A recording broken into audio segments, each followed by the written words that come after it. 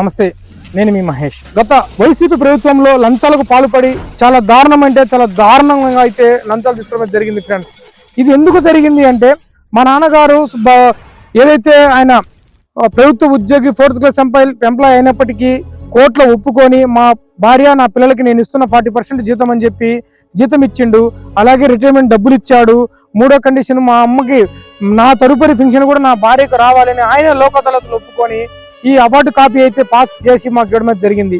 దీన్ని ధృవీకరించి ఏదైతే social welfare డిపార్ట్మెంట్లో ఉన్నారో వాళ్ళందరూ కూడా మేము వెళితే మీకు ఇంకా టైం ఉంది అని చెప్పి మా నాన్న ఇల్లీగల్గా ఉంచుకున్నామా ఆమె 95,000 రూపాయలు లంచం ఇస్తే ఆ లంచము కడుపు ఆ యొక్క లంచం తీసుకొని మా అమ్మ కడుపు కోత అయితే కోవడం జరిగింది ఫ్రెండ్స్. ఈ యొక్క వీడియో చూసిన ప్రతి ఒక్కళ్ళు షేర్ చేయండి, సబ్స్క్రైబ్ చేయండి. ఈ వీడియో నేను పార్ట్లుగా పెట్టడం జరుగుతుంది ఫ్రెండ్స్. ఈ వీడియోలు అన్ని కూడా చూడండి.